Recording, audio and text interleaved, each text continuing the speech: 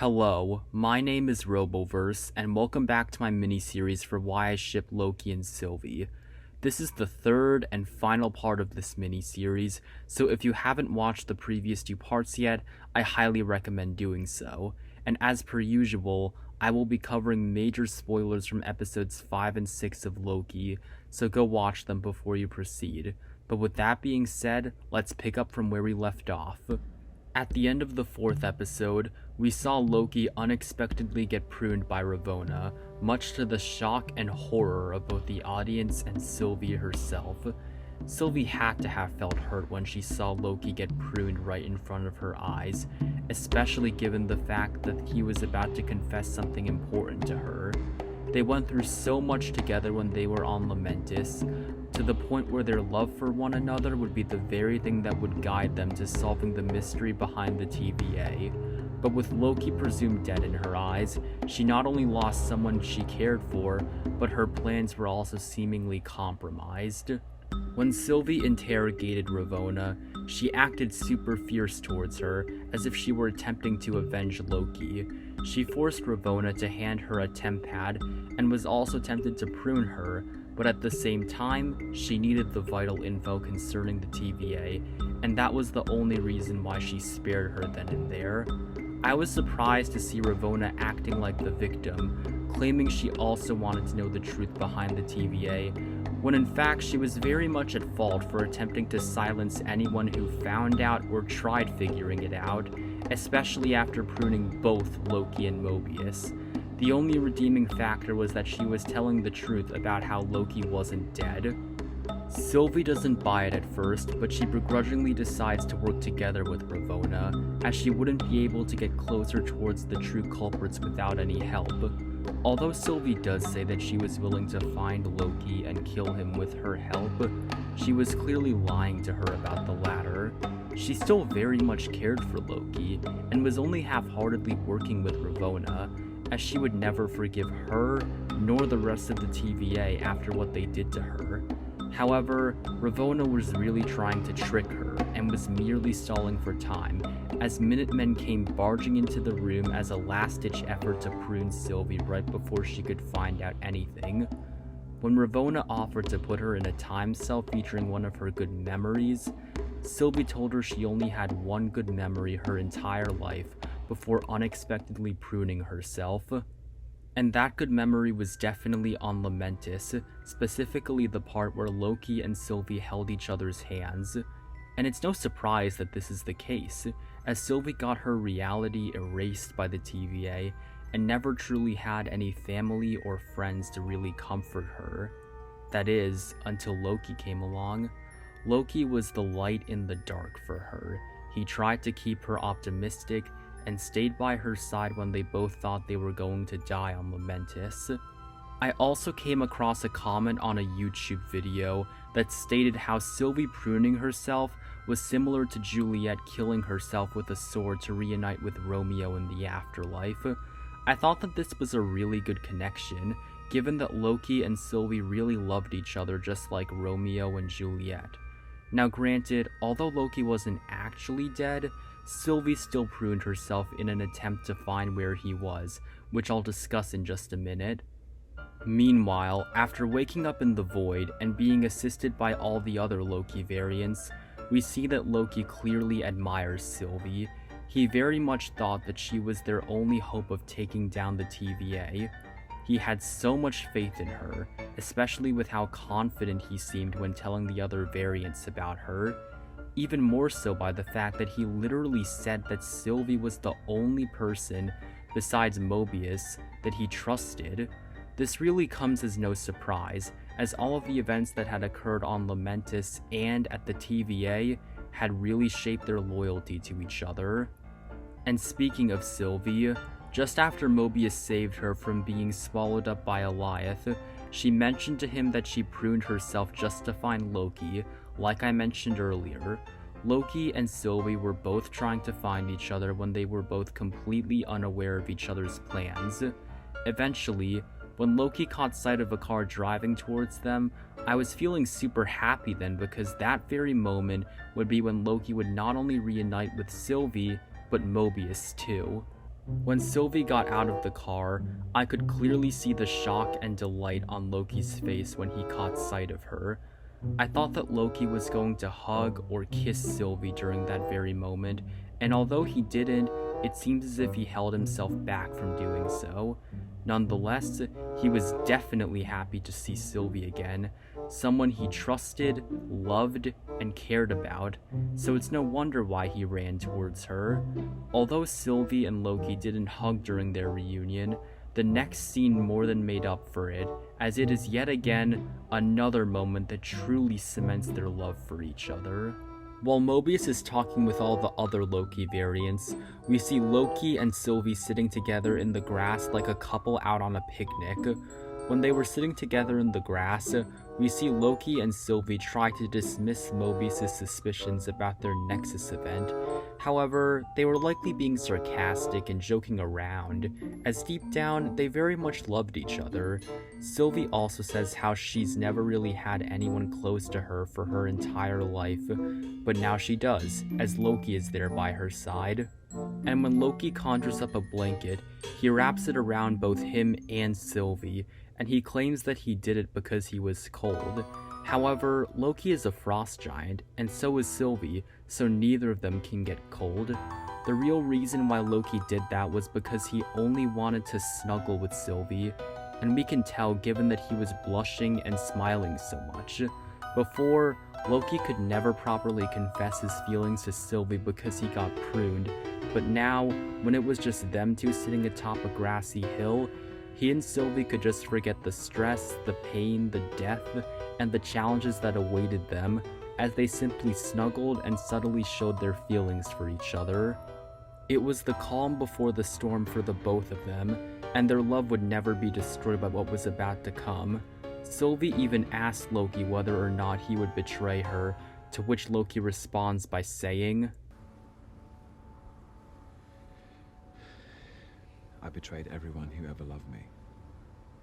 I betrayed my father, my brother, my home. I know what I did. And I know why I did it. And that's not who I am anymore. Leading the attack on New York, but now he felt changed because of Sylvie. Throughout the past few episodes, Loki really went through so much character development, from him seeing his own future to holding hands with Sylvie on Lamentis. The toll the events had taken on him made him love and appreciate most of the people that surrounded him, rather than act villainous and full of mischief towards them. He would want to embrace the change brought upon him rather than continue his old villainous ways, and Sylvie was the very person who motivated him to do so, especially after seeing her side of the story. Then, when they all prepared to face Goliath, Loki decides to stay with Sylvie, saying that he'll go with her.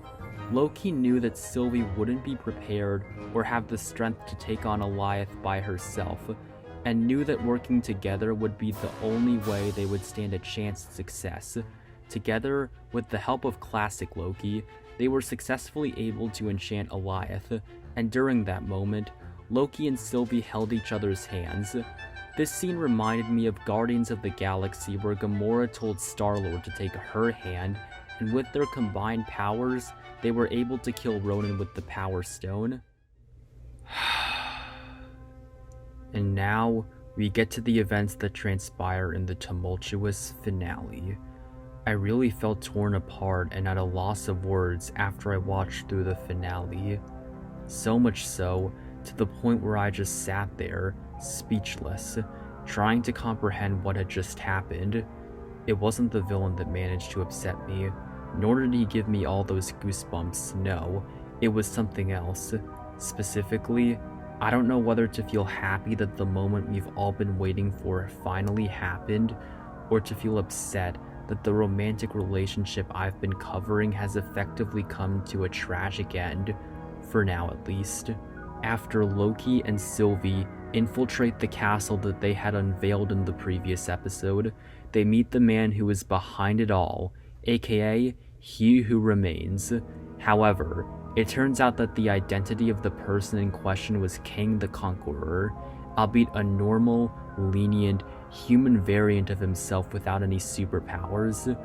Kang explained to them a bunch of important information, such as his origins, why he created the TVA, etc. Due to the mass chaos and instability between universes that destroying the TVA would cause, he offered Loki and Sylvie a choice: kill him and take over the TVA to maintain stability, or kill both him and the TVA and unleash another multiversal war. As a tragic insult to injury, this was the one time Loki didn't attempt to hurt or betray anyone, and yet he got betrayed himself, this time by the girl he loves. I feared something like this would happen, and I was just pleading deep down they wouldn't turn against each other, yet it occurred nonetheless. Loki believed that what Kang was saying was correct, that they would unleash another multiversal war if they had killed him, but Sylvie still wanted to kill Kang.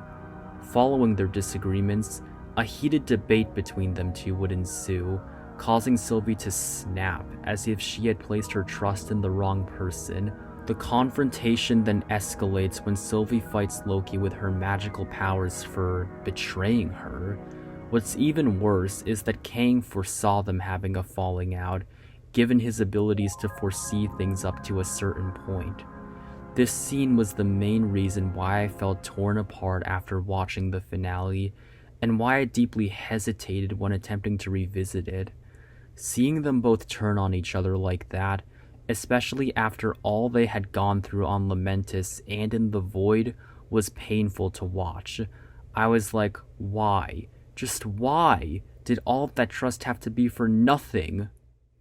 And then, right before Sylvie could stab Kang in the throat, that's when the moment we were all waiting for finally happened. It truly was the climax of a romantic arc that just 3 episodes ago seemed like a silly idea at best. Loki suddenly appeared in front of Sylvie, begging her to stop, and we can clearly see that both of their feelings are hurt. Sylvie wanted to finish Kang then and there, but at the same time, she didn't want to kill Loki, and hesitated when putting her sword up to Loki's neck. Loki, on the other hand, was torn apart after having to fight Sylvie, and was willing to confess to her that all he wanted was for her to be happy, even more so than assuming the throne. Immediately afterwards, Sylvie dropped her sword to the ground, her eyes releasing tears. Then, in one sudden moment, she lunged forward and gave Loki a kiss on the lips, right before unexpectedly sending him back to the TVA by forcing him through the Tempad portal. She then proceeded to kill Kang and unleashed mass chaos of branching realities and timelines, finishing what she started. However, despite having to witness them turn against each other, deep down they still loved each other, and were only blinded by extreme circumstances at this very moment. From Sylvie's perspective, it is understandable for why she wanted to kill Kang. He was the man responsible for taking everything from her and forcing her to be on the run for hundreds, if not thousands of years. And she did explain to Loki way back in the 2nd episode that she loathed the TVA and wanted to destroy it completely as opposed to ruling over it. Furthermore, she even mentioned in the 3rd episode that her plan was years in the making. She wouldn't want to just let her entire plan go to waste at the last moment, and the importance of the mission completely consumed her mind. Additionally, Sylvie could have easily killed Loki then and there during their confrontation, and vice versa. Despite the fact that Sylvie's desire for vengeance won out over her love, that isn't to say that her love never mattered, nor that she didn't care for Loki whatsoever. I thought that way at first, but after revisiting the finale, we can clearly tell that Sylvie still loved Loki, given that she was the one who initiated the kiss, and it was the main thing that stopped her from killing him then and there. If this was Sylvie pre-Lamentis, back when she was more chaotic and vengeful, then she would have finished off Loki without any hesitation, but the events they have both gone through changed them both. Sylvie even realizes what she had done immediately after stabbing Kang. She had fulfilled her lifelong goals, yet she still feels upset, full of tears, to the point where she was not only unaware of how much she hurt Loki, she also realized that by fulfilling her goals, i.e. killing Kang, it cost her the only thing that brightened her up in the darkest of times, and that very thing was her love. Loki was the only person who truly cared for her, and she lost him after sending him back to the TVA. Likewise, Loki was also left isolated, and even worse, full of desolation and seemingly betrayed by the girl he loved. Everyone who ever loved him and vice versa were gone. Odin, Frigga, Thor, Mobius, and now Sylvie. Both of them lost everything, and they suffered the exact same fate in the end. It didn't even matter that Sylvie got her way and that Loki did not. The cruel irony this showed us was that their fates were foreshadowed, especially after Sylvie said it herself. Do you think that what makes a Loki is the fact that we're destined to lose? So, what happens next? Although we will have to wait until season 2 to find out anything else, some things do remain clear. Loki and Sylvie will definitely find a way back to each other. This isn't the first time we've seen such a dramatic falling out between characters in the MCU. Tony had a falling out with Steve after finding out the truth about his parents' death, and Wanda and Vision fought on different teams in Civil War. Yet somehow, for both of the above examples, they were still able to get back together one last time. Loki is essentially in a Shrek Forever After situation. Everyone he loves is either dead, gone, or doesn't remember him, and he will need to do everything he can to persevere in this dark, vast multiverse. However, with so many loose threads and timelines being unleashed after the season finale, and with many more movies on the way too, who knows the direction that this can all take? There is a lot of uncertainty for what will happen next, yet at the same time, it is also just the beginning. Thanks for watching.